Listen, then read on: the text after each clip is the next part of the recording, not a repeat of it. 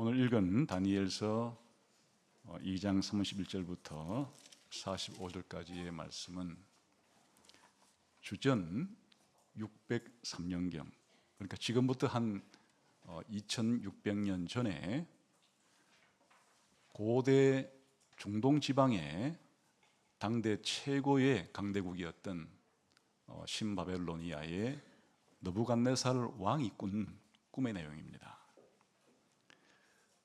이 꿈은 하나님께서 이 세상의 역사를 어떻게 계획하고 이끌어 가실 건지에 대한 역사의 축소판을 느부갓네살 왕에게 계시해 준 거죠.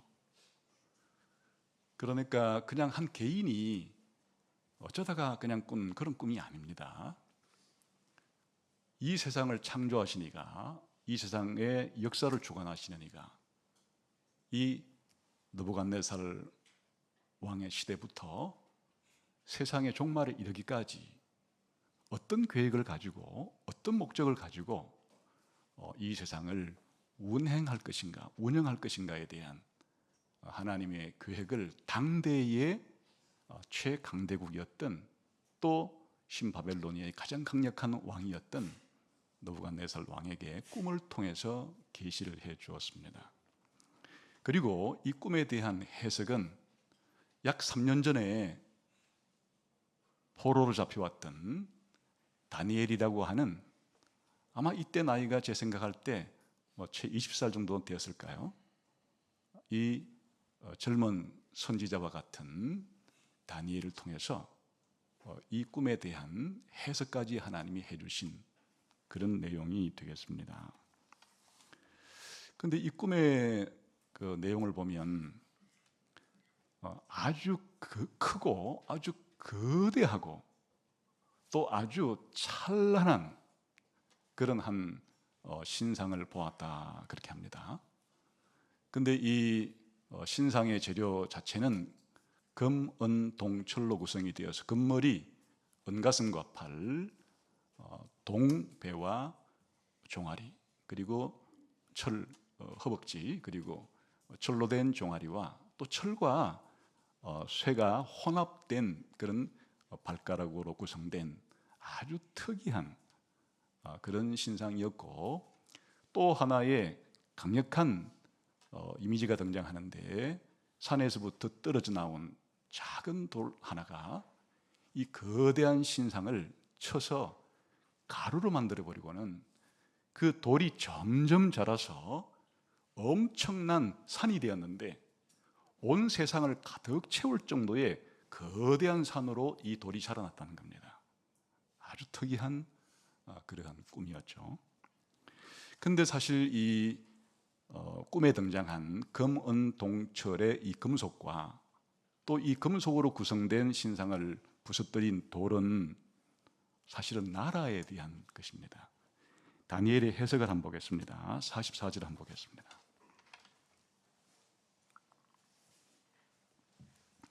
같이 읽어보죠. 시작. 이 여러 왕들의 시대에 하늘의 하나님이 한 나라를 세우리니, 이 한 나라, 하나님이 세우시는 한 나라는 지금 돌과 산으로 표현되어 있죠. 그 다음 계속해서 시작. 이것은 영원히 망하지도 아니할 것이요, 그 국권이 다른 백성에게로 돌아가지도 아니할 것이요, 도리어 이 모든 나라를 쳐서 멸망시키고 영원히 있을 것이다. 그러니까 이 금, 은, 동철, 흙으로 구성된 이 신상은 모든 나라를 상징하는 것이죠. 그래서 우리가 흔히 모든 나라를 세상 나라라 이렇게 이름을 지을 수가 있겠고, 이 모든 나라를 쳐서 무너뜨리고는 영원히 존재하는 이 하나님이 세우신 한 나라는 하나님의 나라라, 이렇게 이름을 할 수 있는 거죠. 그래서 오늘 이 느부갓네살 왕이 꾸었던 이 꿈은 아주 간단하게 말하면 세상 나라는 일시적이고 하나님의 나라는 영원하다 하는 강력한 인상을 우리에게 주는 거죠. 사실은 인류의 역사, 세계의 역사를 고도로 생략하고 단순화시켰기 때문에 아주 그림은 선명합니다. 이 모든 나라가 금나라, 은나라, 동나라, 철나라로 차례 이렇게 한 나라가 세워졌다가는 망하고 세워졌다가는 망하고 세워졌다가는 망하고 흥망성쇠를 거듭하다가 결국에는 이 모든 나라 자체가 사라져 버린다고 하는 강력한 이미지를 주고, 그리고 처음에는 조그마한 돌 하나였는데 이 돌이 점점 불어나더니만, 돌이 자라나더니만 온 세상을 가득 채우는 큰 산으로서, 이 엄청난 큰 산이 주는 이미지는 무엇입니까? 영원성과 안정성이죠. 이렇게 영구히 이제 망하지도 않는 나라, 또 다른 나라에게로 국권이 넘어가지도 아니할 나라, 그냥 영원히 존재할 그런 한 나라의 이미지가 거대한 산, 그냥 보통 거대한 산이 아니에요. 그냥 온 세상을 가득 채우고도 남을 정도의 거대한 산이니까, 그런 거대한 산은 변화될 일도 없을 것이고 영구히 있을 거라고 하는 그런 심상을 제공해 줍니다. 사실 이 세상 나라를 상징하는 금, 은, 동철이라고 하는 이런 금속들은 일단 가치가 있죠.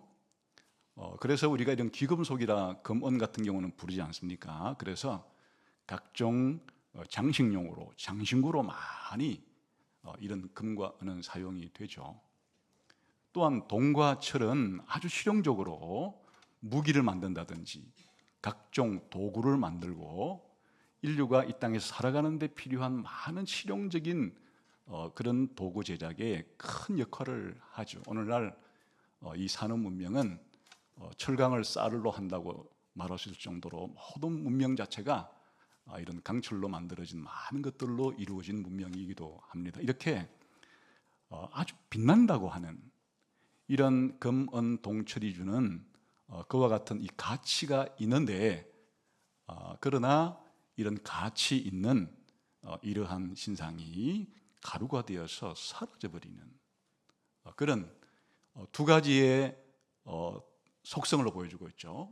금은 동철이 가지는 이런 가치, 그러나 이 금은 동철이 사라지는 이런, 그렇기 때문에 잠시밖에는 이런 가치 있는 것들이 존재할 수 없는 이런 두 가지의 이미지를 우리들에게 제공을 해 줍니다. 그러나 이 하나님의 나라는, 세상 나라의 특징은 그러므로 뭔가 사람들에게 쓸모는 있는데 가치는 있지만은 한계를 가진다는 거예요. 이 가치라는 것 자체가 영구하지는 않고 일시적인 한계를 가지는 세상 나라의 두 가지의 특징, 이런 가치성과 그리고 가치의 한계성이라고 하는 특징을 가지고 있는 반면에, 이 돌의 나라라고 하는 것은 처음에는 아주 미미하죠. 아주 보잘것이 없죠. 이런 금과 은과 이런 동과 철에 비해서는 아주 보잘것이 없는 것 같은 그런 돌이지만은, 결국에는 이 돌이 이 모든 금속으로 된 신상을 부서뜨리고는 돌은 또 자라서 확장이 되어서 거대한 산으로 그렇게 마무리가 되는 이런 일들을 통해서 이 돌은 사실은 이 금속들에 비해서 이 금속들 자체는 이 자연 상태로 금은 동철이 나오지는 않죠. 사람들이 원석을 캐서 그것을 또 재련해서 그걸 또 가공해서 그렇게 신상도 만들고 지금 이렇게 하는 것인 반면에, 이 돌은 산에서 그냥 떨어져 나온 것이기 때문에 자연 그대로의 상태죠.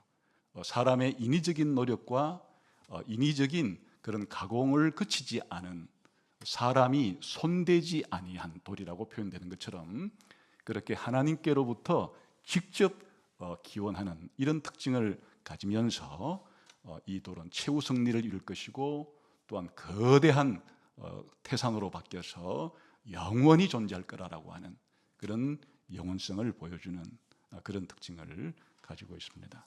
그래서 오늘은 이 느부갓네살 왕의 꿈이 보여주는 이런 세상 나라의 일시성, 그리고 하나님 나라의 영원성이라고 하는 이런 대조적인 측면을 통해서 우리 기독교인들은 사실은 이 두 개 나라에 모두 다 시민권을 가지고 살아가는 사람들이기 때문에 이런 우리가 살아가는 세상 나라가 대표하는 국가라고 하는 이 조직의 특징과 또 하나님 나라의 현재적인 형태는 바로 교회죠. 예수님이 오시기 이전에 하나님 나라의 형태가 이스라엘이었다면 예수님이 오고 난 다음부터 재림 때까지의 하나님 나라의 형태는 교회입니다. 그러니까 교회가 가지고 있는 이런 초자연적인 하나님께로부터 기원하고 또 영원하다고 하는 이런 특징을 살펴보면서 우리가 한 사람의 개인 신자로서 이 두 개 나라에 어떻게 참여를 해야 될 것인가에 대한 큰 그림을 다시 한번 그려보면 좋겠습니다. 우선 이 신상으로 표현된 세상 나라의 첫 번째 특징에 대해서 함께 살펴보겠습니다. 2장 37절과 38절을 한번 보겠습니다.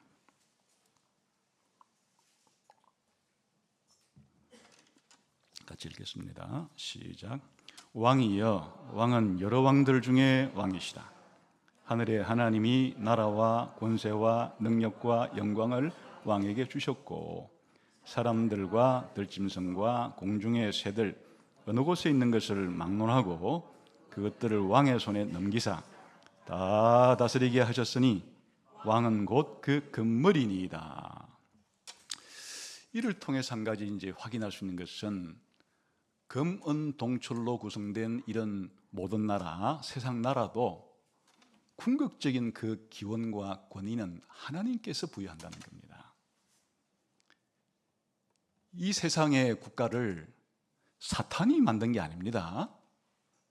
또 하나님은 국가라고 하는 이런 조직을 만들 의향이 없었는데 사람들이 고안해가지고 사람들이 만든 그런 단체가 아닙니다. 이런 세상 나라조차도 하나님께서 첫 번째 금나라에 해당되는 이와 같은 바벨론 제국도 그리고 그 나라의 왕인 느부갓네살에게도 하나님이 바로 그 권세와 능력과 영광을 왕에게 주셨다. 신바벨론 제국이라고 하는 제국이 가지고 있던 이런 권세와 영광과 그리고 이런 능력들은 하나님께서 주신 것이라는 겁니다. 그 다음에 은나라로 상징되는 이후에 생겨나는 페르시아 제국도 마찬가지고 또 동나라로 대표되는 이후에 그리스 헬라 제국도 마찬가지고 또 이 철과 쇠로 구성된 로마 제국도 마찬가지고 이런 나라들을 하나님께서 세우시고 폐하시면서 이들을 나라가 그 나라에 속해 있는 백성들에게 제공하는 각종 이런 혜택들이 바로 하나님이 부여하신 그와 같은 하나님이 주신 권위와 영광에 의해서 이런 나라들이 생겨났고 존재한다는 사실을 먼저 알아야 합니다. 하나님의 계시가 아니면 사람들은 국가라는 조직에 대해서 아주 무시할 수도 있어요. 이 국가라는 조직이 있음으로써 내 자유를 빼앗아간다. 이런 국가라는 조직 자체는 없는 게 아예 낫다. 그래서 무정부주의자라고 하는 사람들이 생겨나는 겁니다.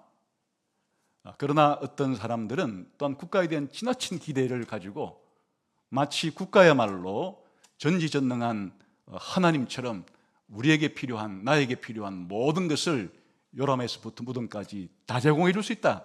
지나친 국가에 대한 기대를 하는 수도 있어요.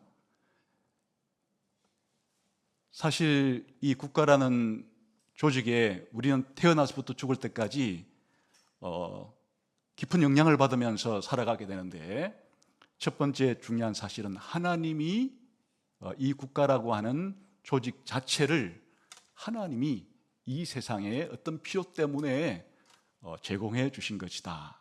국가에 대한 정당성과 합법성에 대해서는 의심을 해서는 안 되는 것이에요. 그래서 사도 바울은 또 이렇게 말했죠. 모든 권세, 이 국가의 권세를 가리키는 겁니다.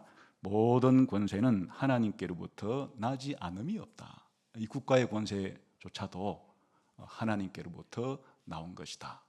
그래서 이 느부갓네살에게 준 이 꿈도 그걸 가르쳐 주는 것이에요. 느부갓네살 왕이여, 당신이 지금 왕으로 있는 이 신바벨론 제국의 모든 권세와 능력과 영광, 당신에게 준 권세와 능력과 영광을 당신 스스로 취한 것이 아닙니다. 하늘에 계신 하나님이 당신에게 이것을 주었나이다. 여러분, 사실은 에덴 동산에는 처음에 하나님이 국가를 만들지 않았죠. 이 국가라는 조직의 특별한 필요성은 노아의 대홍수 이후에 하나님이 노아와 맺은 언약 속에 이 국가의 중요한 필요성이 처음 등장합니다. 그리고 국가를 하나님께서 세우시겠다는 암시를 첫 번째 확실하게 줍니다. 그것은 타락한 이후에 사람들이 악을 가지고 다른 사람들을 죽이기도 하고, 그 죽이는 것 자체가 불의하게, 불법하게, 그렇게 강자가 약자를 죽이는 이런 일이 있을 때 이걸 누가 해결할 거냐?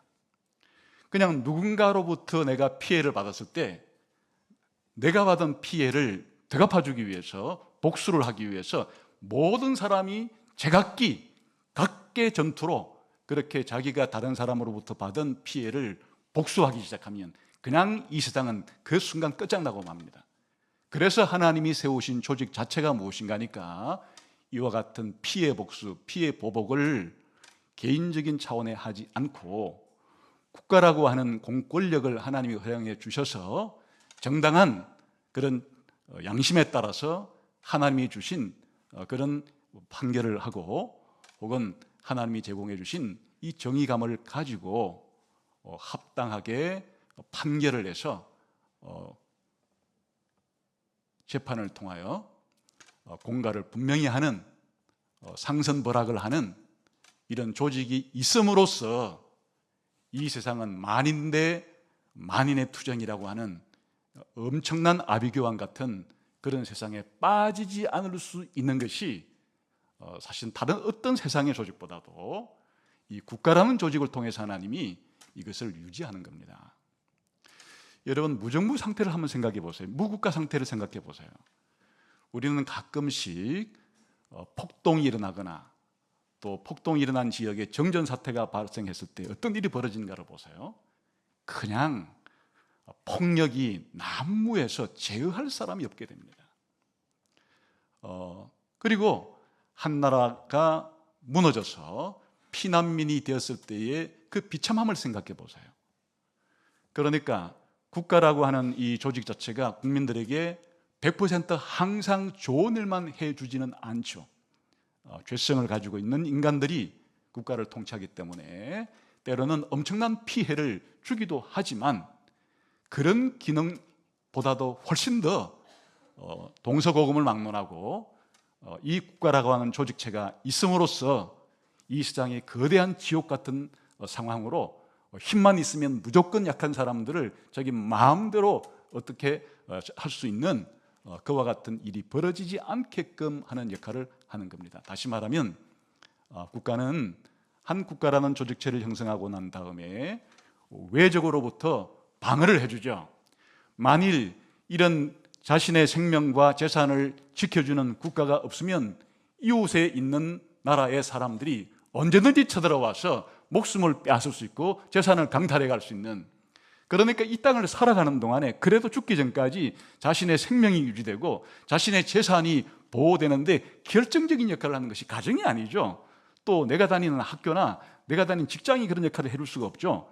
국가라는 이 조직체 자체가 내 생명과 재산을 유지하고 이것을 간직하고 살아가게 하는 데 있어서 가장 강력한 이 보호막과 방어막을 형성해 주는 거죠. 외적 다른 나라 사람으로부터의 공격만이 아니라 한 국가 안에도 얼마나 나쁜 인간들이 많습니까? 거짓말하고 훔치고 폭력을 가하고 살인하고 강간하고 하는, 만일 국가라는 조직 자체에 정치제도가 없으면 그냥 한 나라의 국가 내에 그냥 쑥대밭이 되고 말겠죠.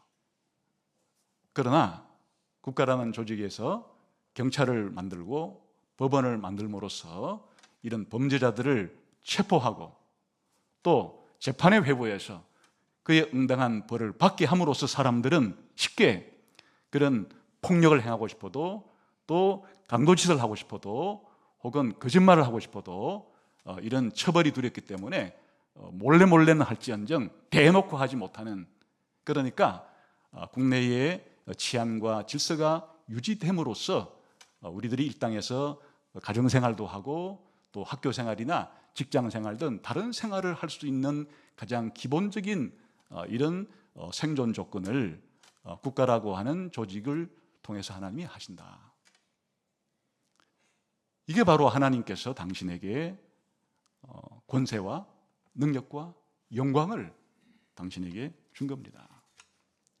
사실 이렇게 외부의 적이나 내부의 적으로부터의 생명과 재산의 보호만이 아니라 좀 더 적극적으로는 국가라는 조직을 통해서 이런 교육도 혹은 경제생활도 또 혹은 의료도 예술과 문화도 우리가 이 세상을 살아가는 데 필요한 모든 것들을 가정이라든지 사회의 여러 조직들을 통해서 하지만 이 모든 것들을 적절하게 잘 조화를 이룰 수 있도록 연결시켜주고 이 모든 것들이 선을 넘지 않도록 해줌으로써 사실은 우리가 태어나서 죽을 때까지 흔히 말하는 이 땅에 살아가는 데 필요한 여러 가지 물질적인 정신적인 조건들이 풍요롭게 발전하는 데 있어서 국가는 결정적인 역할을 하는 그런 단체이죠.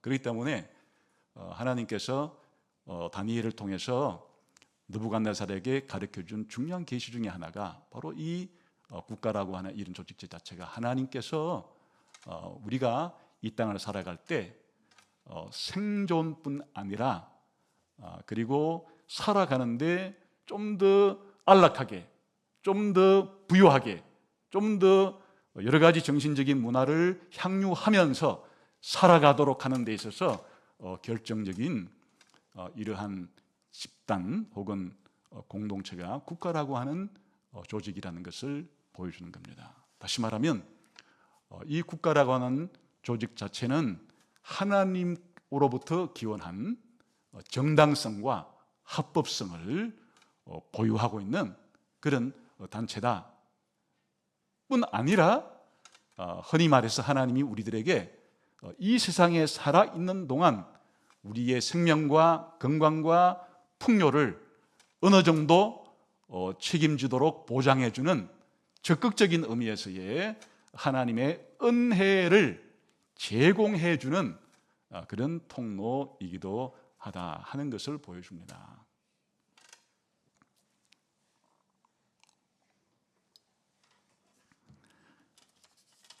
여러분, 지금까지 아담이 창조된 이후로 오늘 이 순간까지 국가라는 이런 정치적인 조직체가 몇 개 정도 흥망성쇠를 거듭했을 것 같습니까? 정확한 기록 통계가 없으니까 정확한 건 알 수 없죠. 그러나 그냥 대략적인 추정은 어느 정도 가능할 수는 있죠.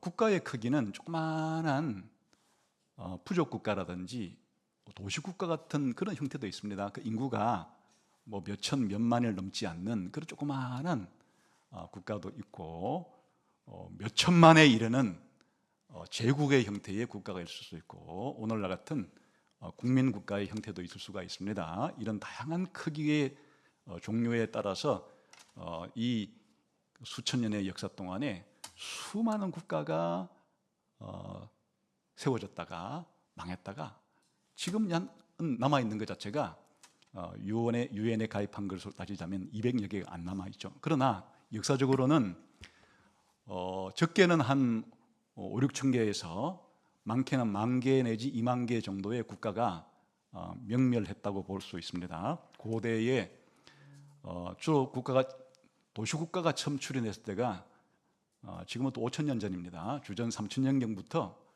메소포타미아 지방의 수메르라고 하는 지역에서부터 도시 국가가 출현한 이래로 로마 제국이 망하는 한 주후 500년까지의 기간 동안에 2,000개 내지 3,000개 정도의 조그마한 국가들이 세워졌다 망했습니다. 그리고 500년부터 1500년까지는 중세시대라 그러는데 그 기간 동안에 전 세계의 여러 5개 대륙에서 여러 가지 국가들이 명밀했을 텐데 그것도 대략적으로 추산해 보면 한 3,000개에서 한 4, 5,000개 정도의 여러 소국가들까지 합쳐서 명밀했으리라고 봅니다. 그리고 1500년부터 1800년까지 흔히 우리가 건설하고 부르는 그 기간 동안에도 국가들이 적어도 한 1,000개, 2,000개 정도는 규모를 다양하게 해서 존재했으리라고 보고 드디어 오늘날 우리들은 약 200여 가의 국가로 이제 축소된 형태의 살고 있습니다. 이런 나라들에 따라서 다양하지만 이 나라들의 특징이 아주 일시적입니다. 한 나라가 1,000년 이상씩 존재하는 경우는 극히 드뭅니다. 짧게는 아주 몇십 년에 불과한 그런 나라들도 있습니다. 중국의 진나라 같은 경우 우리 진시 황제라고 부르는 중국 대륙을 통일했지만 몇백 개의 나라를 7개와 5개 나라로 축소된 상태에서 하나로 통합했지만 15년까지 가지 못했고, 또 수나라, 우리나라 옛날에 고구려를 쳐들어왔던 그런 나라도 37년밖에는 되지 않습니다.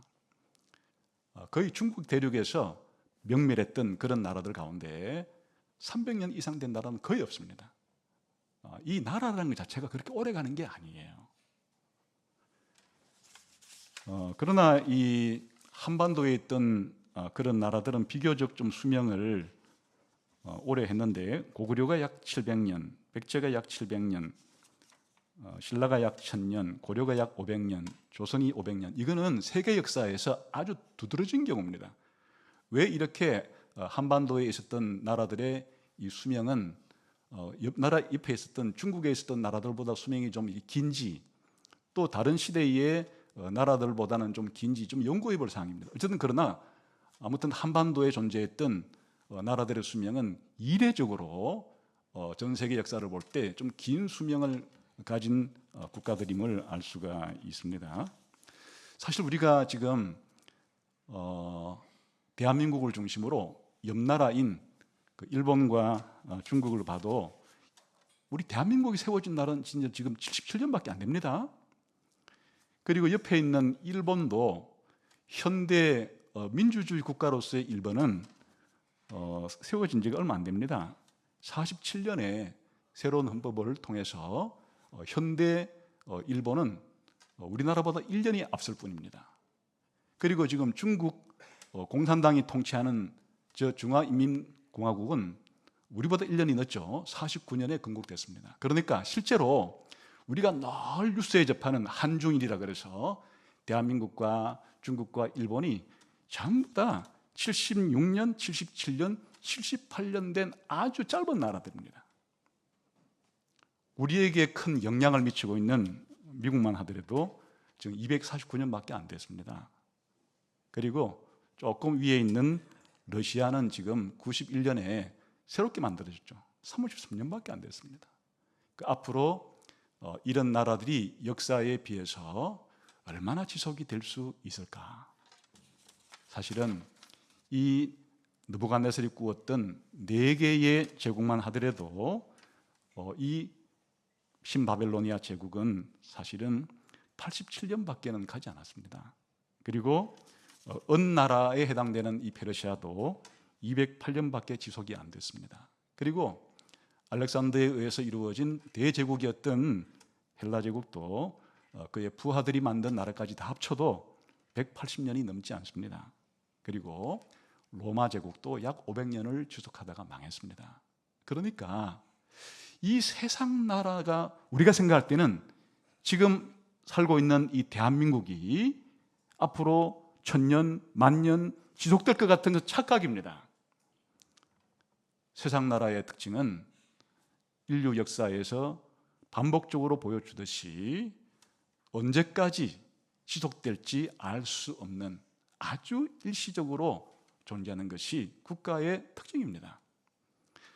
희망사항이야, 우리가 살고 있는, 우리가 국민으로 있는 대한민국이 예수님 재림이 언제까지 올지는 모르겠지만 적어도 이 자유민주주의 형태의 대한민국이 존속되기를 사실은 자유민주 국가에 살고 있는 사람들이라면 원하겠죠. 만일 이 대한민국이 여러 가지 다른 조건에 의해서 공산주의 국가나 아니 사회민주주의 국가 같은 이런 다른 형태의 정치 체제를 가지는 나라가 되면 그건 자유민주주의로서의 대한민국은 망하는 거죠. 아무튼 우리가 살고 있는 이 대한민국이라는 국가에 대해서 동해물이 마르듯이 백두산이 마르고 닳듯이 존재하기를 희망하지만 이 세상의 역사가 보여주는 국가의 특징은 영원 무궁한 존재는 아니다. 언제나 일시성을 특징으로 하는 그러한 나라라는 것을 알 수 있습니다. 그뿐 아니라 이 국가가 이렇게 일시적인 혜택을 주기는 하지만 결정적으로 이 금은동철로 가치가 하락하다가 완전히 철과 쇠가 마지막으로는 가장 기이한 형태로 그야말로 가장 강한 철과 가장 약한 흙이 발가락을 구성하고 있으니까 그 얼마나 불안정한 것이에요. 다시 말하면 가장 하중을 많이 받는 이 발가락이 가장 강력한 철과 흙으로 섞이지도 않는 두 가지가 혼합돼 가지고 있는 얼마나 불안정한 상태예요. 그래서 이런 게 일시성을 보여준다 그런 뜻이에요. 그리고 한계도 드러내죠. 어떤 한계를 드러내는가 하면 이 국가가 하는 일 자체가 우리가 생각하듯이 좋은 일, 일상적인 좋은 일들은 많이 제공해 주지만 결정적으로 왜 하나님께서 이 나라를 한시적으로만 두시고 사라지게 하는 거니까 영원한 구원을 제공해 줄 수는 없는 그런 특징을 가지고 있기 때문이에요. 국가가 법을 만들지만 법을 대부분 규제하는 거죠. 그렇다고 하더라도 사람의 마음을 바꿀 수 없죠. 국가가 의무교육을 만들어 가지고 국민 전체에 지식을 제공해 줄 수는 있지만 교육을 시킨다고 사람의 본성이 바뀌지는 않습니다. 또 국가가 아기자기한 여러 가지의 복지 혜택을 주어서 물질적인 필요를 채워줄 수 있지만 인간의 마음속에 있는 근원적인 영적인 갈망을 채워주지 못합니다. 인간이 무엇인지 어떻게 살아야 하는지 어디서 와서 어디로 가는지 국가가 제공해 줄 수 있는 것이 아니에요. 인생의 의미와 목적을 국가가 제공해 줄 수 없습니다. 국가는 법을 통해서 살인하지 말라 그 말 수는 있지만 인간의 마음속에 미워하는 이 본성을 뽑아내지 못합니다. 간음하지 말라, 간음한 사람들에 대해서 그렇게 처벌 규정을 만들 수는 있지만 인간의 이 정욕을 없애버리지 못합니다. 도둑질하지 말라, 그렇게 국가가 법을 정할 수는 있지만 사람 속에 있는 이 물욕과 탐욕을 제어하지 못합니다. 궁극적으로 국가가 줄 수 있는 것은 바로 영원한 소망, 궁극적인 소망이에요. 국가가 복지 혜택을 준다고 해도 기본적으로 죽게 하지는 못합니다. 죽은 사람을 부활시킬 수 없습니다. 인간의 죄를 용서받게 하지 못합니다. 하나님께로부터 심판을 면제받게 할 수가 없어요. 한 사람이 하나님의 심판을 받아 죄값으로 영원히 지옥 가는 것을 국가는 막을 힘이 없습니다. 한 사람이 영원한 천국에 들어가는 일도 국가는 할 수 없습니다. 국가는 근본적인 한계를 가지는 것이에요. 그러니까 금은동철이 주는 그런 가치와 그런 실용성이 분명히 있긴 해도 이 돌에 의해서 가루로 부서지는 이 허약함, 이 철과 쇠가 섞여 있는, 아니 철과 이 흙이 섞여 있는 이 불안정성, 아무리 국가가 이 세상에서 좋은 국가라고 한다 할지라도 그 안에 온갖 종류의 섞이지 않는, 화합되지 않는 것들이 내적인 긴장과 불안감을 형성하고 있어서 늘 분열과 다툼의 여지를 항상 가지고 있는 이와 같은 특징들을 가지고 있음을 우리는 알 수가 있습니다. 그러니까 이 금원동철 흙으로 구성된 이런 국가의 이와 같은 특징 자체가 한 가지는 분명히 금원동철이 주는 이런 가치와 혹은 실용적인 가치를 통해서 하나님의 일반적인 은혜를 제공해 주는 굉장히 고마운 존재, 하나님의 선물이긴 해도 국가가 할 수 없는 것이 너무 많다.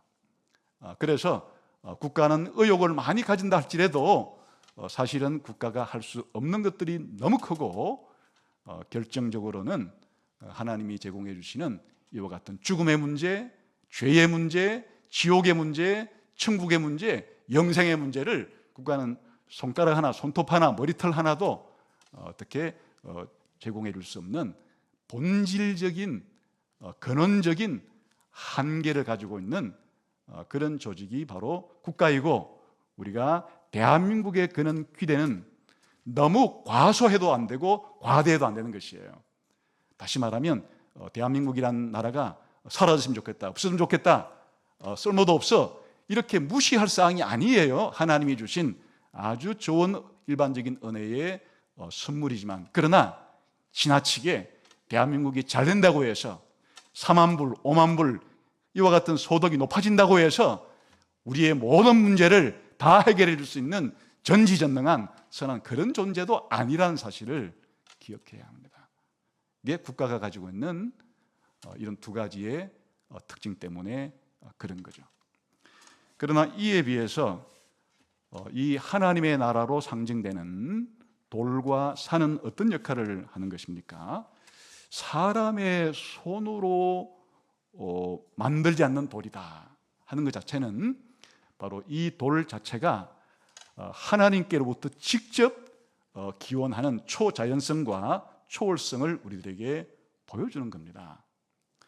다시 말하면 하나님께서 하나님 나라를 세우실 때 돌로 상징된 예수 그리스도를 이 땅에 보내셔서 이제 하나님 나라를 세우게 될 텐데, 사람이 손대지 아니한 이 돌이라고 하는 이 초자연성은 바로 예수님이 가지고 있는 신적인 기원, 신성을 보여주는 것이에요. 영원히 망하지 않는 하나님의 나라는 사람이 세울 수 있는 것이 아니에요. 하나님만이 영원히 망하지 않는 한 나라를 세우는데, 하나님께서는 영원히 망하지 않는 한 나라를 세우기 위해서 이와 같이 이 자연적인 특성을 띠는 돌로 표현된 예수님을 보내주시지만, 그 돌의 기원 자체가 산에서부터 떨어져 나와서 사람이 가공하지 않는, 손대지 않은 이 자연석을 가지고 그렇게 하나님 나라를 세운다. 예수님은 태어날 때부터 성령으로 잉태하여 마리아에게 출생한 예수님의 신성이 바로 인성과 결합됨으로써 영원히 망하지 않는 하나님 나라를 세울 수 있는 튼튼한 기초가 되는 것이에요. 이 성경도 물론 바울이 쓰고 모세가 썼지만은 사람의 인적인 특성을 가지고 있지만, 이 성경은 바로 하나님으로부터 기원하는 초자연적인 신성을 가지고 있죠. 하나님 말씀이에요. 그리고 예수님이 성경을 통해서 세우신 교회도 우리가 교회의 회원이 되려고 하면 거듭나야 하는데, 회심해야 되는데, 바로 성령으로 되지 않고는, 하나님의 성령으로 말미암지 않고는 거듭날 수도 없고 죄를 회개할 수도 없고 예수님을 믿을 수도 없어서, 우리 교회라는 것 자체가 바로 초자연적인 하나님으로부터 기원한 신성을 가지고 있는 단체예요. 세상에 여러 학교라든지 병원이라든지 소방서라든지 여러 국가의 정부라든지 이런 조직은 물론 하나님께서 창조주 하나님으로서 이 땅에 필요하기 때문에 세운 그런 간접적인 의미에서의 하나님의 기원성은 있으나, 하나님의 성령께서 직접 한 사람의 영혼에 작용해서 그를 완전히 변화시켜서 하나님 나라 백성으로 만들어내는 이 일은 교회만 가지고 있는 신성을 가지고 있는 단체라고 해도 과언이 아닌 것이에요. 그러니까 이 교회라고 하는 이 단체의 특별함은 이렇게 예수님이 신성을 가지고 있고 성경이 신성을 가지고 있듯이 교회라는 단체조차도 바로 신성을 가지고 있는 이와 같은 놀라운 그런 조직과 단체가 교회라는 것을 알 수가 있죠. 또한 이 금은 동철은 금속이잖아요. 변합니다. 아주 열을 가하거나 고온을 가했을 때 녹아버리고 말죠. 그리고 또 시간이 지나면 부식합니다. 산화됩니다.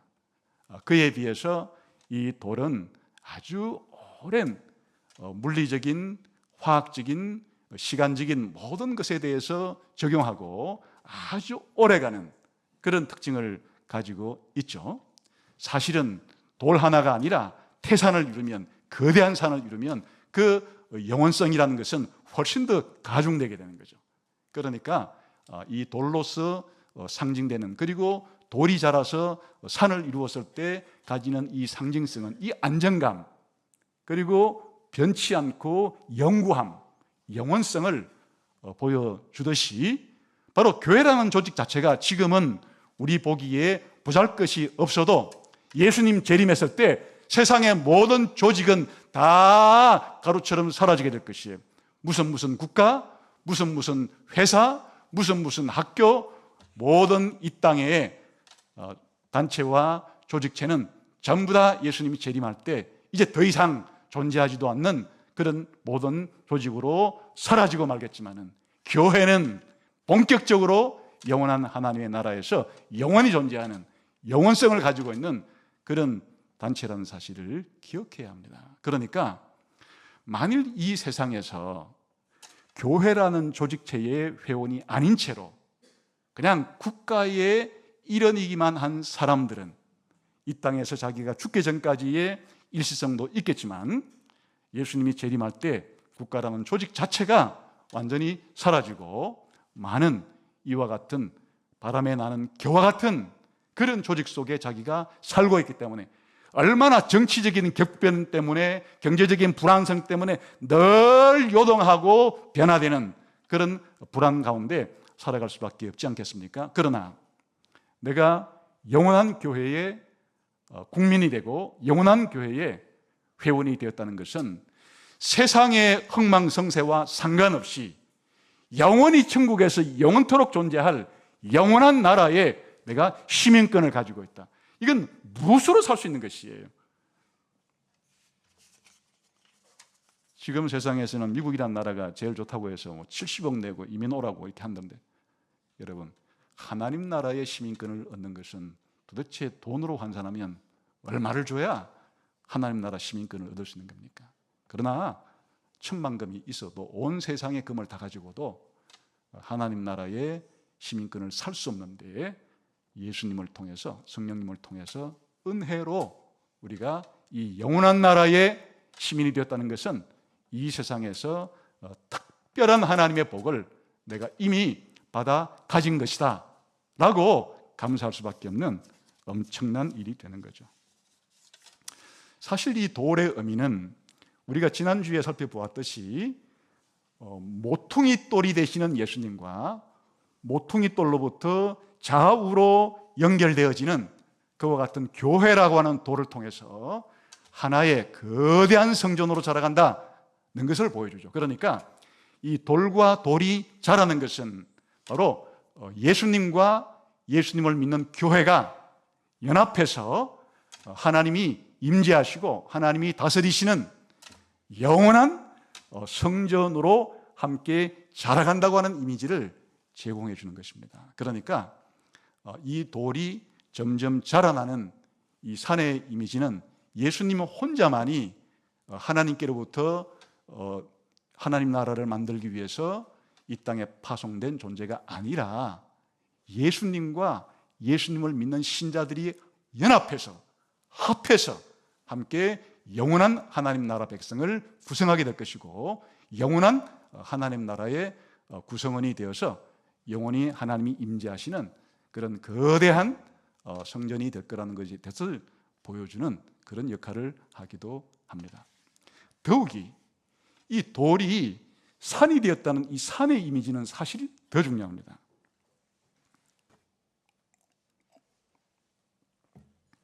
돌이 자라서 세상을 채우는 큰 산이 되었다라고 했을 때 이때 산은 우리가 등산하거나 혹은 뭐 다른 용도로 사용하는 그런 산의 의미가 아닙니다. 성경에서 산의 가장 중요한 하나님 나라와 관련된 그런 이미지는 하나님의 거주지로서의 산이에요.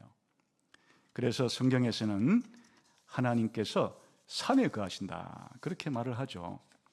특별히 시편 48편 1, 2절에 보게 되면 여호와는 위대하시니 우리 하나님의 성 거룩한 산에서 극진히 찬양받으시리로다.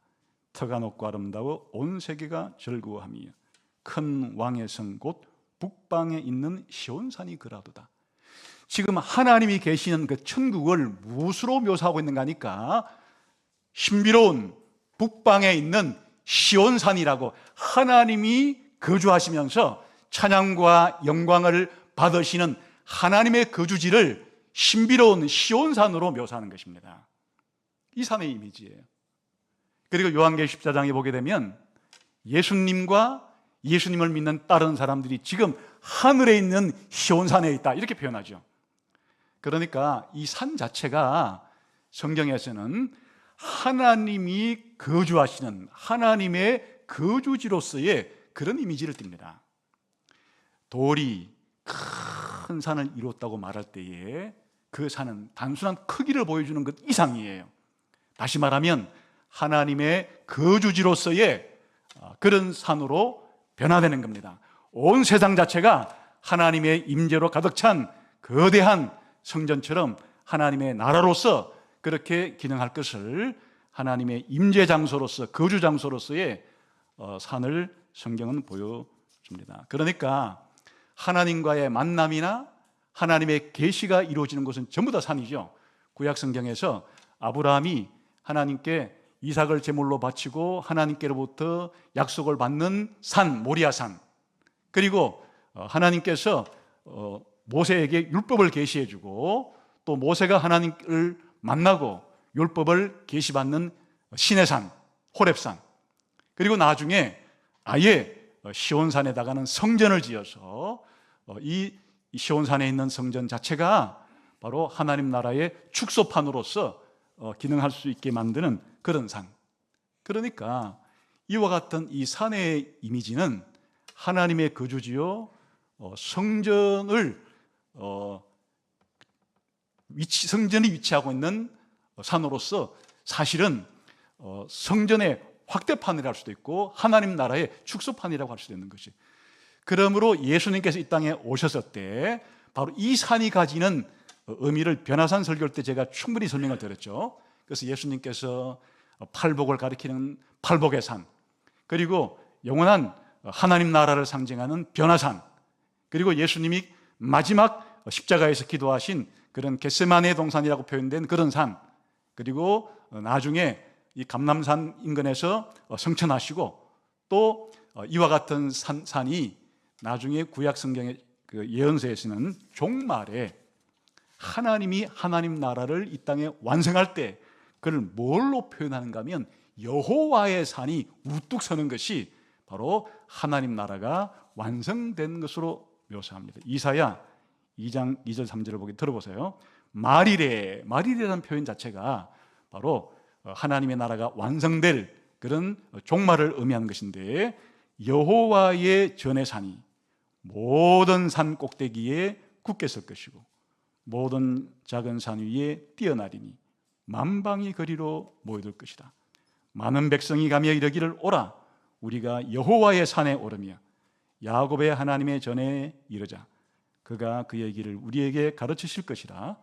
우리가 그 길로 행하리라 하리니 이는 율법이 시온에서부터 나올 것이요 여호와의 말씀이 예루살렘에서부터 나올 것이니라. 그러니까 최종 완성될 하나님의 나라, 모든 구원받는 백성이 모두도 들려가서 하나님께로부터 말씀을 들으며 하나님을 예배하는 그런 나라를 여호와의 산, 거룩한 산이라 부르고, 그 여호와의 산과 거룩한 산의 심상은 바로 성전이고 그리고 거룩한 성 예루살렘이고, 이 여호와의 산과 성전과 예루살렘이 하나로 혼연일체가 되어서 최종적인 하나님 나라의 완성은 곧 예루살렘의 완성이요, 성전의 완성이요, 여호와의 산의 완성으로서 그렇게 그려지는 산이 바로 산이에요.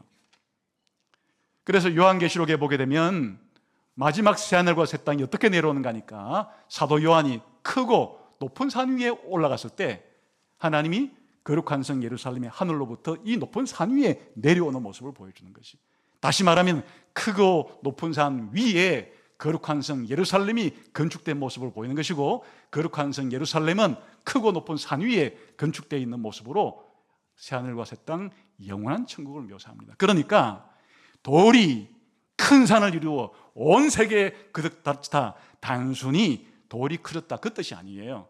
바로 거룩한 산, 여호와의 산, 성전산, 거룩한 성 예루살렘에 있는 산, 하나님 나라를 상징하는 산, 다시 말하면 이 돌이 자라서 큰 산이 되었다고 하는 이 이미지는 바로 요한계시록에서 보여지는 마지막 하나님 나라가 이 땅에 완성될 때 거룩한 성과 성전과 이 거룩한 산이 함께 온 세상을 뒤덮는 것으로 그렇게 끝이 나는 것입니다. 그리고 돌이 산이 되는 것은 과정이 있죠. 처음에 예수님이 초림할 때 예수님의 모습은 사람들이 그렇게 주목해 보지 않는, 지극히 때로는 목수의 아들이라고 멸시받기도 하고 온갖 고난과 교철을 겪기도 하고 십자가의 고통과 고난을 겪기도 하는 아주 금은동철에 비해서 보잘것이 없고 미미하고 사람들이 무가치하게 생각하지만 이 돌이 점점 자라나더니만 예수님께서 하늘 보좌 우편에 오르셔서 성령을 보내시고 교회가 만들어졌을 때 처음에는 조그마한 이제 12명에서 120명으로 500명으로 지금은 전 세계에 그냥 표면적으로는 20억을 헤아리는 계속적인 하나님 나라의 교회가 성장해 가고 있죠. 나중에 예수님이 재림할 때 온 산을 채우는 큰 산으로서 완성되어지는 이런 예수님의 초림과 교회와 예수님의 재림을 통해서 이 하나님 나라가 시작이 되고 확장되고 완성되는 과정을 이 돌과 산이 가장 잘 보여주는 것이에요. 이렇게 우리가 느부갓네살 왕이 꾸었던 이 꿈 가운데 금은 동철 그리고 흙으로 구성된 이 세상 나라의 국가의 특징 두 가지를 설명드렸죠. 하나는 뭔가 이 세상 사람들에게 쓰임새가 있고 때로는 영광스럽고 때로는 가치 있는 이런 일을 하는 하나님의 일반 은혜의 통로로 쓰이긴 하나, 근원적으로 이 세상이란 이 세상 속에 존재하는 국가는 한시적이고 그의 역할과 기능 자체도 궁극적으로 하나님 나라를 구성할 수는 없는, 영원한 영생을 줄 수도 없는 그런 근본적인 한계성을 가지는 동시에 이 세상 나라와는 다른 이 돌로 상징된 하나님 나라요 교회는 바로 신성을 특징으로 하는 신적인 기원을 특징으로 하면서도 예수님과 교회의 성장과 하나님 나라 완성으로 이어지는 거대한 시작과 그리고 확장과 그리고 완성되는 과정을 통해서 일련의 과정을 통해서 이루어진다는 사실을 우리에게 보여주나, 최후의 가장 중요한 모습은 다른 모든 나라는 없어진 상태에서 영원히 망하지 않고 영원히 존재하는 그런 나라가 될 것이다 라고 가르쳐준다, 그런 뜻입니다. 여러분, 이게 여러분의 삶에 주는 의미는 무엇입니까? 여러분은 이 세상에 살아있는 동안에는 이 두 개 나라에 모두 다 소속되었다는 사실을 잊지 말아야 합니다. 어느 한쪽에만 속해 있는 사람들이 아닙니다. 불신자들은 그냥 대한민국이라는 조직체 속에서만 있고 하나님 나라 교회의 회원은 아니죠. 그러나 여러분은 개인적으로 대한민국의 국민이기도 하고 또 하나님 나라의 국민인 예수가족교회의 교인이기도 하다는 이 이중 국적자로서 살아간다는 사실을 한시도 잊어서는 안 되는 거예요. 이게 사람들로 하여금 너무나 한쪽으로 치우치게 만들어요. 우리 기독교인으로 살면서도 어떤 사람들은 국가에 대한 관심이 없어요. 국가가 어떻게 되든지 간에 나 몰라라 해요. 그건 바른 자세가 아니에요. 아까 보았지만은 이 국가는 하나님이 일반 은혜를 주기 위해서 만든 일반 은혜의 통로인 나라이기 때문에 사실은 죽기 전까지 어떤 국가에 사느냐가 내 인생에 거의 한 일반적인 모든 생존과 혹은 부와 소득을 얼마나 내가 가지면서 잘 살아갈 것인가는 거의 사실은 자기 인생의 50%가 내가 어떤 국가에서 태어나 국가에 살아가느냐에 달려있다, 이런 경제학자의 논문도 있습니다. 예를 들면 지금 태어나 보니까 북한이에요. 태어나 보니까 대한민국이에요. 이게 그냥 그 사람의 소득과 모든 이 세상에서의 삶의 거의 50%는 거기서 그냥 결정이 나버리는 겁니다.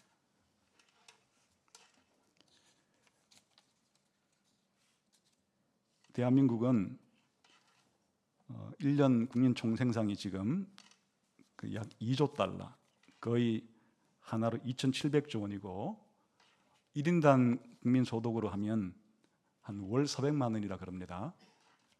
상당히 높은 것처럼 보이죠. 그 평균을 낸 겁니다. 그러니까 뭐 빈부격차도 있기 때문에 누구나 그렇지는 않겠죠. 그러나 아무튼 그런 정도의 대한민국이 태어나는 순간에 그 혜택 속에 어쨌든 자기의 소득이 결정된다는 뜻이고, 북한은 공식적인 통계도 나오지 않죠. 그러나 뭐 한국은행이라든지 통계청에서 추정을 해보면 1인당 월 14만 원. 그러니까 그냥 자기가 이 땅에 살아갈 때 대다수의 삶이 물질적인 조건이 소득 여하에 대부분 달려 있는데, 그게 어느 나라에 태어났느냐가 그냥 결정돼 버리는 거죠. 내가 미국에서 태어났느냐 아니면 해적으로 유명한 소말리아에서 태어났느냐, 그 자체가 그 사람의 이 세상에서의 삶의 질을 대부분 결정짓는 거죠. 한 나라의 이런 소득 수준과 이런 빈부격차의 불평등 지수가 어떤 나라에서 태어났느냐가 자기 인생의 그냥 50%를 좌우한다, 이렇게 보시면 되는 겁니다. 그러니까 내가 어떤 나라의 국민으로서 내가 사는 나라가 어떤 나라가 되어야 하는가는 정말 중요한 문제일 수 있는 거죠. 그 사실은 이게 2024년에 노벨 경제학상을 수상했던 데런 에스모 글루라는 사람과 제미스 로빈슨이 2012년에 쓴 책이 국가는 왜 실패하는가라는 책인데, 이 책의 공로를 인정받아서 이제 작년에 노벨 경제학상도 부여받고 그랬습니다. 핵심이 뭔가 하면 왜 어떤 나라는 성공하고 어떤 나라는 실패하는가, 왜 어떤 나라는 부강하고 왜 어떤 나라는 가난하게 되는가에 대한 연구입니다. 국가가 선택하는 제도에 달려있다는 겁니다. 그 국가가 어떤 정치 제도를 택하느냐, 그 국가가 어떤 경제 제도를 선택하느냐에 따라서 그 국가가 성공할 수도 있고 부강할 수도 있고 실패할 수도 있고 가난할 수도 있다. 그래서 사례를 몇 가지 나라를 제시하는데 가장 대표적인 나라가 남북한 비교예요. 1945년에 동일하게 일본으로부터 해방된 나라에서 반쪽이 완전히 두동강이 나서 북쪽의 반쪽은 김일성이 공산주의 국가인 소련의 영향으로 공산주의 국가 체제를, 계획경제 체제를, 노동당, 공산당 일당 독재를 유지한 결과 77년이 지났을 때 세계에서 가장 인권이 열악하고 정말 그냥 탈출할 사람들이 목숨 걸고 지금 4만 명이나 우리나라에 넘어올 정도로 세상에서 가장 살기 어렵고 비참하고 어려운 국가를 형성한 것이고, 이 한반도 이남에 이승만을 필두로 미국의 영향권 안에 정치 체제가 자유민주주의고 자유로운 시장 경제를 채택한 결과 77년이 지난 지금 전 세계에서 10위권 정도에는 들어가는 그런 정도의 자유롭고 부강한 나라가 된 것이 민족도 같고 말도 같고 문화도 같고 지리도 같은 나라에서 왜 이런 차이가 나느냐? 전 세계의 사람들의 관심사항 중에 하나가 남북한 비교예요.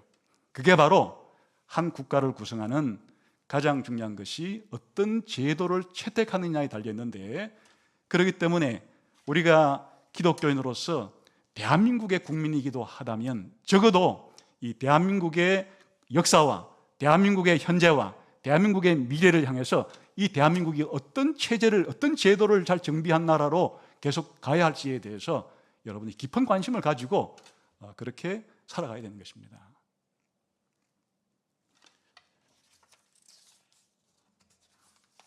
다시 말하면 우리가 지상을 살아갈 때 일반 은혜의 가장 중요한 통로가 국가이기 때문에 그렇다. 사실 그 다음으로 중요한 것은 가정이죠. 이 나머지 한 30%의 평생 살아가면서 소득의 결정은 부모로부터, 가정으로부터 온다 그럽니다. 부모가 물려주는 DNA가 있죠. 유전자가 있죠. 그 어떤 사람이 좀 성격이 활기차다, 적극적이다, 되게 유전자 때문에 그런 거죠. 어떤 사람이 소극적이다, 뭐 부정적이다, 어떤 유전자 영향을 많이 받는 거죠. 그리고 그 부모가 제공해주는 가정교육을 통해서 가정의 영향에 따라서 또 한 30%가 정해진다. 그러니까 그냥 내가 태어난 나라에서 어떤 나라에 태어났느냐, 어떤 가정이 태어났느냐가 내가 이 땅을 살아갈 때 누릴 수 있는 일반 은혜의 80%는 전부 다 내가 살아가는 국가와 가정에서 정해진다.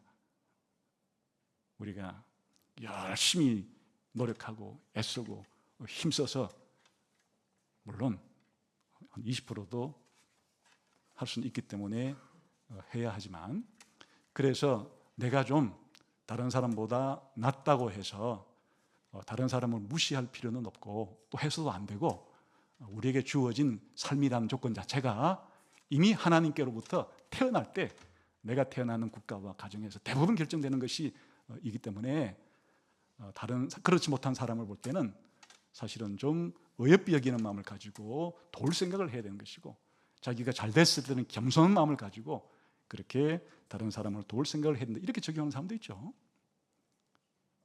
그러나 한편 교회도 마찬가지예요. 교회도 이 땅에 하나님 나라의 현재적인 형태로 존재하는데, 여러분이 예수님을 믿고 어떤 교회에 들어오느냐, 또 여러분의 자발적인 선택으로 어떤 교회를 선택하느냐가 여러분의 신앙의 질의 80%를 좌우하죠.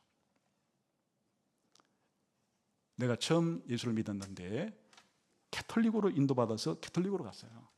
그럼 늘 그 캐톨릭에서 드리는 미사와 같은 그런 의식적인 하나님의 말씀이 신실하게 공급되는 것보다는 외형적인 그런 의례에 따라서 많은 것들이 좌지우지되는 그런 곳에서 하나님의 진리는 비교적 체계적으로 올바르게 제공받지 못할 가능성이 아주 높고, 그리고 아주 은사주의인 직통계시를 주장하는 그런 교회에 가게 되면 어젯밤 무슨 꿈 꿨어?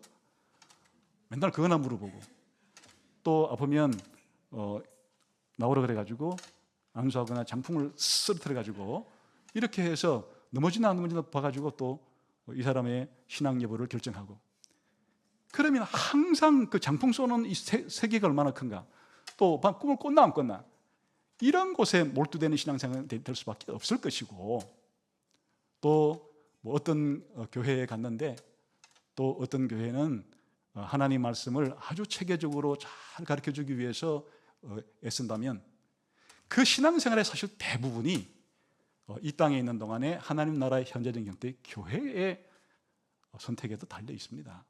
그러니까 교회를 선택할 때 국가를 선택해서 이민 가냐 안 가냐, 이 선택하는 100배 1000배 더 중요한 것이 교회 선택이에요. 교회를 선택할 때 요즘 젊은 부모들은 대개 아이의 교육을 위해서 뭐 대안학교가 있는 도시로 뭐 움직일 수도 있고, 혹은 학교에 가까운 쪽으로 이사를 가서 그럴 수도 있고, 그런 선택의 기준은 여러 가지 있을 수 있습니다. 아까 말한 것처럼 일반적인 은혜도 중요한 것이니까. 그런데 이 교회라는 공동체가 주는 그런 혜택은 우리가 이 땅에서 단순히 생존하고 경제적인 부와 정신적인 어떤 것을 제공해 주는 것 이상에 하나님을 높이고 나 자신을 겸비하게 만들고 예수 그리스도의 구원의 은사에 감사하게 만들면서 이 세상을 천국 시민을 가진 시민권으로 생각하게 만들고, 그리고 이 땅을 나그네와 망명객과 거류민으로 생각하면서 이 땅을 살아가게 만드는 동시에 영원한 하나님 나라에 대한 소망이 이 땅에서 내게 생기는 어떠한 희로애락도 사실은 상대화시킬 수가 있고, 하나님께부터 이미 받은 이 구원의 은총을 가지고 이 땅을 살아가게 만드는 힘을 제공해 주는 이런 모든 것들이 바로 교회로부터 나오는 거죠. 그러니까 오늘 우리는 이 느부갓네살이 꾸었던 이 거대한 신상과 돌에 의해서 무너지고 태산이 되는 이 그림이 세상 역사의 축소판으로서 세상 나라와 교회의 본질을 가장 단순하지만 명료하게 보여주는, 강력하게 보여주는 그런 역할을 하고, 우리 각자가 바벨론에서 살았던 다니엘처럼 다니엘이 바벨론 제국에는 어떤 관계를 맺고 또 하나님 나라 백성으로서 하나님 나라와는 어떤 관계를 맺었는가 하는 것도 우리의 좋은 모델이 되죠. 여러분들도 또 내일부터 세상에 나가서 많은 신문을 보고 방송을 보고 유튜브를 볼 때 그냥 세상은 딱 두 가지 중에 하나겠죠. 하나는 온갖 정치적인 격변의 소식, 경제적인 불안정의 소식, 그냥 여기저기 세상에서 바람잘 날이 없이 전쟁이 끊어지지가 않죠. 그리고 경제적으로도 우리나라만 어렵다는 것이 아니죠. 지금 미국도 어렵다, 뭐 중국도 어렵다, 일본도 어렵다, 유럽도 어렵다, 경제 좋다는 나라는 하나도 없죠. 그러니까 우리가 살아갈 때 이 세상은 불안정하고 불확실하고 불안하고 이렇게 아주 암울한 전망을 가질 수도 있고, 잘못된 근거 없는 희망을 가져서 이 국가가 잘 되기만 한다면 내 모든 문제는 모조리 해결될 거야, 이런 과대한 지나친 기대를 하며 살아갈 수도 있는데, 그런 생각으로부터 균형 감각을 제공해 주는 겁니다. 국가에 대해서 기대할 것은 기대하고 포기할 것은 포기하고, 그렇게 살아가는 동시에 더 강력한 소망을 이 땅의 세상 나라에 두기보다는 영원한 하나님 나라에 내 소망의 닷을 내려서 살아갈 수 있는 것이 바로 오늘 이와 같은 주일날 하나님의 나라가 모였을 때 하나님 나라에 대한 소식을 들어야 될 이유이고 또 중요성입니다. 앞으로 남은 생애를 살아갈 때 이 두 나라의 국민으로서 국가에 대한 여러분의 태도와 교회에 대한 여러분의 태도를 잘 균형 잡히게 그렇게 맞추고 더 우선순위를 하나님 나라와 하나님의 의를 추구하는 여러분이 다 되시기를 주님의 이름으로 축원합니다. 기도하겠습니다.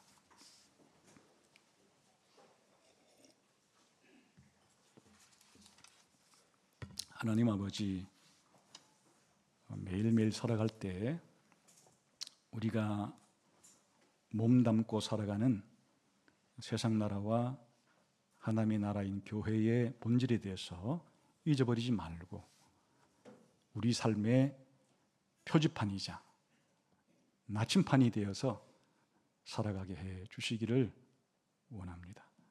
예수님 이름으로 기도하옵나이다. 아멘.